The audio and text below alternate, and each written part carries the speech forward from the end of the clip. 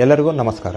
ಇವತ್ತಿನ ನಮ್ಮ ಸಂಚಿಕೆಯಲ್ಲಿ ಕ್ರಿಸ್ಟಲ್ಸ್ ಮತ್ತು ಅದರ ಮಹತ್ವಗಳನ್ನು ನಿಮಗೆ ತಿಳಿಸಿಕೊಡುತ್ತೇನೆ. ಕ್ರಿಸ್ಟಲ್ಸನ್ನು ನಾವು ಈ ಬ್ರಾಸ್ಲೈಟ್ ಮೂಲಕವಾಗಿ ನಮ್ಮ ಕೈಗಳಲ್ಲಿ ಧರಿಸಬಹುದು.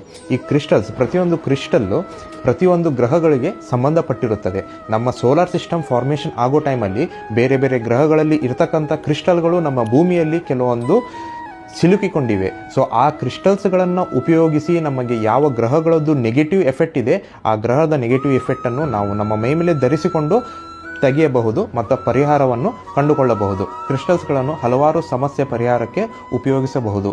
ಒಂದು ಎಜುಕೇಷನ್ ಆಗಲಿ, ಜಾಬ್ ಆಗಲಿ, ವೆಲ್ತ್ ಆಗಲಿ, ನಮ್ಮ ಹೈಯರ್ ಎಜುಕೇಷನ್ ಆಗಲಿ, ಮ್ಯಾರೇಜಿಗೆ ಆಗಲಿ, ಅಥವಾ ಯಾವುದೇ ಹೆಲ್ತಿನ ಸಮಸ್ಯೆಗಳಿಗಾಗಲಿ ನಿಮಗೆ ಯಾವ ಸಮಸ್ಯೆಗೆ ಯಾವ ಕ್ರಿಸ್ಟಲನ್ನು ಧರಿಸಬೇಕು ಎಂದು ಪರಿಹಾರವನ್ನು ಕಂಡುಕೊಳ್ಳಲು ಇಲ್ಲಿ ಕೊಟ್ಟಿರತಕ್ಕಂಥ ನಂಬರಿಗೆ ಸಂಪರ್ಕಿಸಿ. ಧನ್ಯವಾದಗಳು.